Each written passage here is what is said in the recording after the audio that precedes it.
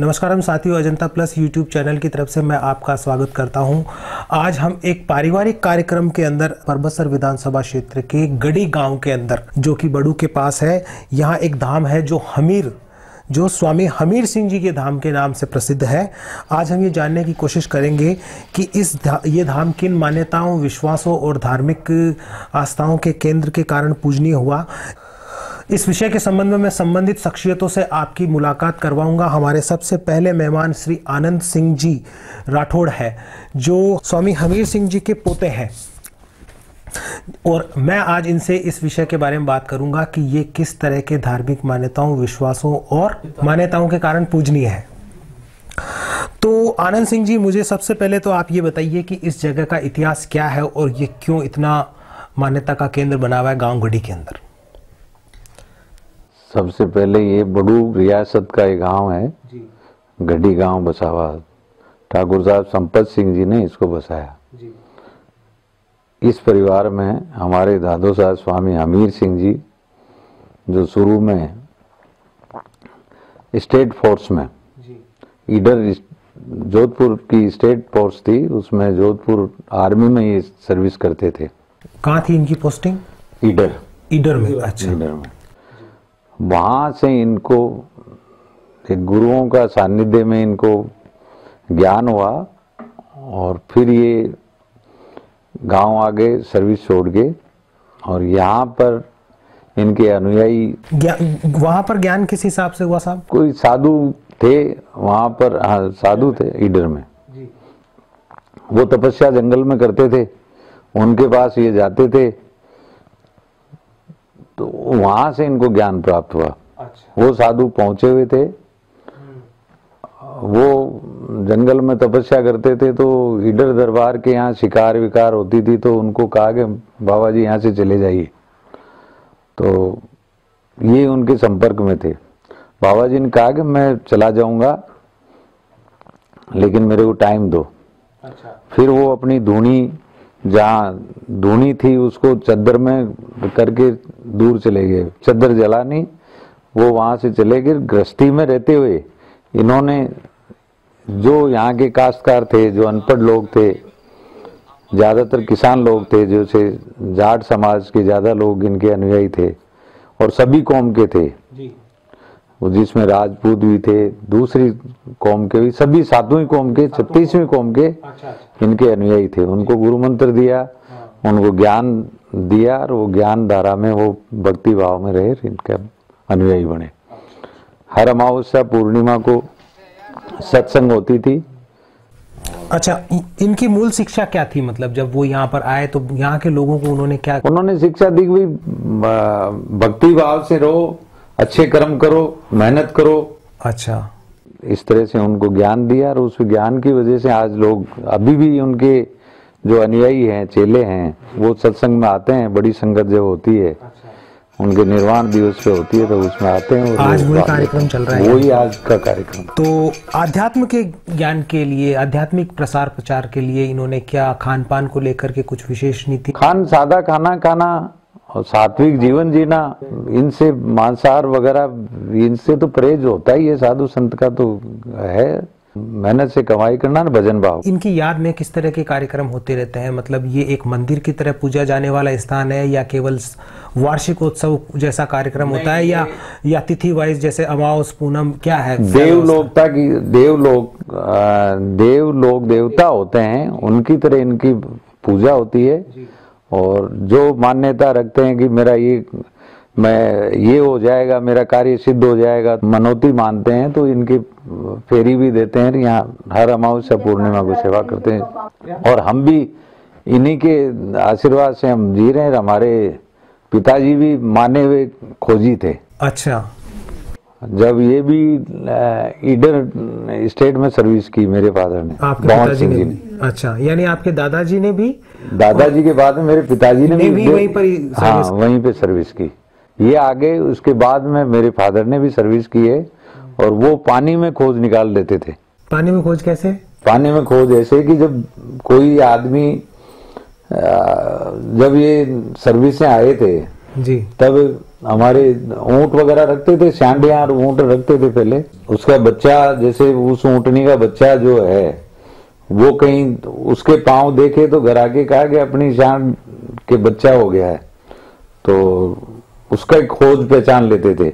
100 आदमियों में जो मतलब उनके पांव पहचान लेते थे, जूती चेंज कर लो, लेकिन वो एक बार देख लेते थे तो उसका खोज पहचान लेते। मतलब वो किसी आदमी को, हाँ, किसी व्यक्ति विशेष को एक बार यदि देख लेते थे तो वो बरसों बरस उनको भूलते नहीं थे, मतलब। जी जी।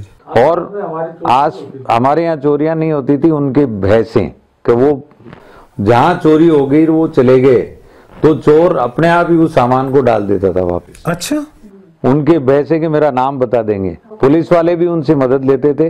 क्या बात है। हाँ, इनके अनुयायी जितने भी हैं अभी जो जिंदा हैं, हाँ, आज तो उनके अनुयायियों ने बहुत बड़ी भजन संध्या बाप जी रखी। महाराज ने, बाप जी महाराज के नाम से प्रसिद्ध हैं। जी जी। तो बाप जी ने हमें अच्छी राह दिखा दी कि हमें भजन भाव करना सिखा दिया। अच्छा। और मेहनत करना सिखाया, बेईमानी नहीं करना है। सात्विक जीवन कैसा होता है इस चीज को लेकर के उन्होंने, इनके किसानों को लेकर एक चीज मैंने विशेष सुनी है। किसानों में विशेष इनका कुछ है, क्या है? हाँ। किसानों के साथ इनका क्या संबंध है? किसानों का संबंध, ये खुद किसान है। अच्छा। किसान थे जी। खेती थी। कभी हमारे अनाज यहाँ जहाँ अभी आपने स्थान देखा है वहां पर कभी अनाज की कोई कमी नहीं रही। अच्छा। 20-25 आदमी 30 आदमी हमेशा खाना खाते थे। अच्छा। और हमेशा वो पहले साधन ही नहीं थे, ऊंट रखते थे, ऊंट के ऊपर बैठ के सत्संग में जाते थे। कई बार तो ऐसा हुआ कि बाप जी तो हमारे यहाँ थे, कोई कहता था बाप जी तो हमारे यहाँ थे। पर्टिकुलर एक ही समय के अंदर वो दो जगह दिखाई दो जगह दिखाई देते। क्या बात है भाई, उनके दिए गए ज्ञान के अनुसरण पे चलते हैं लोग बाग। हमेशा अमावस पूर्णिमा को सत्संग होती है। खीमराज जी सोनी करके थे, वो अपना काम बंद करके हर अमावस्या पूर्णिमा यहाँ आते थे। खीमराज जी सोनी। खीमराज जी सोनी। हाँ। गच्छीपुरा मूल स्थान तो बड़ू ही है उनका। जी जी। लेकिन गच्छीपुरा रहते थे, वहां से 2 दिन यहाँ रुक के फिर जाते थे। अच्छा, मान्यता आसपास तगड़ी है। मान्यता तो वो पक्के अनुयायी थे उनके। अच्छा। अब तो स्वर्गवासी हो गए।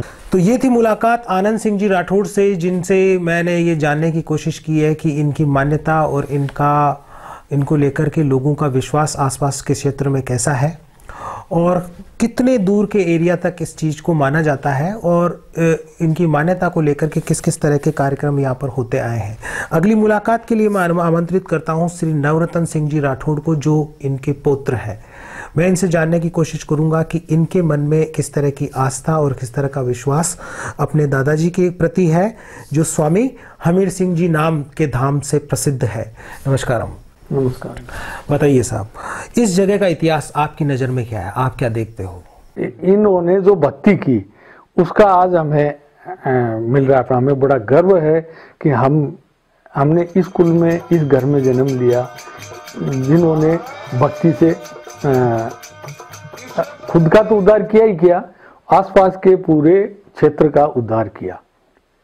इन्होंने किसानी का काम करते थे, खेती का काम करते थे खुद के हाथ से। इन्होंने कभी कोई ऐसा ये नहीं था इनके भाई मैं ठाकुर और ये काम नहीं करता, ये इन्होंने खुद ने काम किया। और यही वजह थी कि इनके शिष्यों में 95% शिष्य जो थे वो किसान थे। तो ये किसान की समस्याएं जानते थे। किसान को इन्होंने बहुत अच्छी तरीके से ये समझाया कि अपन ग्रस्त में रह के, ये ग्रस्त साधु थे, वैसे साधु नहीं थे। किसान की पीड़ाओं को बहुत हृदय से समझते थे। हृदय से। और ये कहते थे कि अपन को कुछ ये पूरा कर्म करते जाओ, कर्म के साथ में एक ऐसा टाइम निकालो जिसके अंदर पर अपने आने वाली पीढ़ियों का भी उद्धार होगा। अपन सत्कर्म पे चलेंगे, पुण्य पे चलेंगे। जी। मेरे को इनकी ही मेरे दादू साहब की कृपा से, मैं तो इनकी कृपा मानता हूं कि उनकी कृपा से मेरे को इतने बहुत जिनकी मैं कुछ बखान नहीं कर सकता ऐसे मेरे को गुरु मिले। उन गुरु का तो इतना जो मैं बताऊं आपको, मतलब मेरे को साथ उनके। आप इसे एक अभिमान का विषय मानते हो कि हमारे परिवार के अंदर एक लोक देवता जैसे। हाँ, ये देवता हुए तो उनको तो हम तो एज में कम थे तो उनको गुरु मतलब एक आदर्श माना, पर एक गुरु इंसान के होना चाहिए। तो मेरे को ऐसे गुरु उनकी कृपा से मिले मैं क्षत्रिय हूँ, राजपूत हूँ, पर मैं देखो आप जनेऊ दान करके ब्राह्मणों के लड़के रखते हुए शर्म महसूस करते हैं, पर हमें गर्व होता है कि अपन जनेऊ है। हम सतमार्ग पे चल रहे हैं, सात्विक चीज का उपयोग कर रहे हैं। पहले मैं भी अनजाने में इन चीजों का सेवन किया, तो मैं गर्त में गया। मतलब मैं वो बता नहीं सकता आपको कि इतना पजट हुआ। उसके बाद में जैसे मैं इन चीजों से सात्विक चीजों पे आया और मेरे को भगवान ने स्टेप बाय सब कुछ दिया और देते ही जा रहे हैं। ये एक आध्यात्मिक ये वो एक भजन है ना कि ये तो सच्चे भगवान है। तो अच्छा, इनके ये जो कार्यक्रम यहाँ पर होते हैं हर अमावस को होते हैं कि पूनम को होते हैं? हर अमावस और पूनम को। अच्छा, दोनों तब से। अच्छा, तो आप भी यहाँ पर फिर इस स्थान पर अगर यहाँ मैं जैसे यहाँ गांव में आया हूँ तो मैं जरूर है ना अटेंडेंस दे के आते हो? हाँ जी, उनकी अच्छा, वो तो हृदय में रहते मेरे, है ना। अच्छा, मन्नत को लेकर के भी कुछ मान्यता है क्या? यहाँ पर कुछ मन्नत मांगी जाती है? मैं आपको बताने लगूंगा जी, तो मेरे ख्याल से बहुत टाइम लग जाएगा। फिर भी मन्नत जो जिसने मान ली यहाँ पर सच्चे मन से जी, सच्चे मन से मन्नत मांग ली, उसकी मन्नत पूरी हुई है। क्या बात है। और ऐसे ऐसे उदाहरण है कि मतलब जो इम्पॉसिबल अपने साइंस के हिसाब से तो इम्पॉसिबल वो पॉसिबल हुए हैं यहाँ पे। जैसे एक और कोई उदाहरण? यहाँ और कोई लफड़ा नहीं है कि जैसे पैसे चढ़ाने का, ऐसा कुछ नहीं है। केवल फेरी लगाते हैं और काम सिद्ध हो जाते हैं। इनके जो स्थान बना हुआ है, मूर्ति है, वहां परिक्रमा लगाओ बस। तो ये थी मुलाकात आज स्वामी हमीर सिंह जी राठौड़ के पुत्रों से। और आज इस कार्यक्रम के अंदर हमें आने का मौका मिला। गांव गढ़ी के अंदर ये कार्यक्रम आज संपन्न हुआ है और अभी भी जब हम ये इंटरव्यू कर रहे हैं तब वहाँ पर भजन मंडली अपनी आस्था और अपने भावनाओं का प्रकटीकरण उनके सामने कर रही है। उम्मीद करते हैं अजंता प्लस चैनल के द्वारा दी गई आज की प्रस्तुति आपको पसंद आई होगी। धन्यवाद।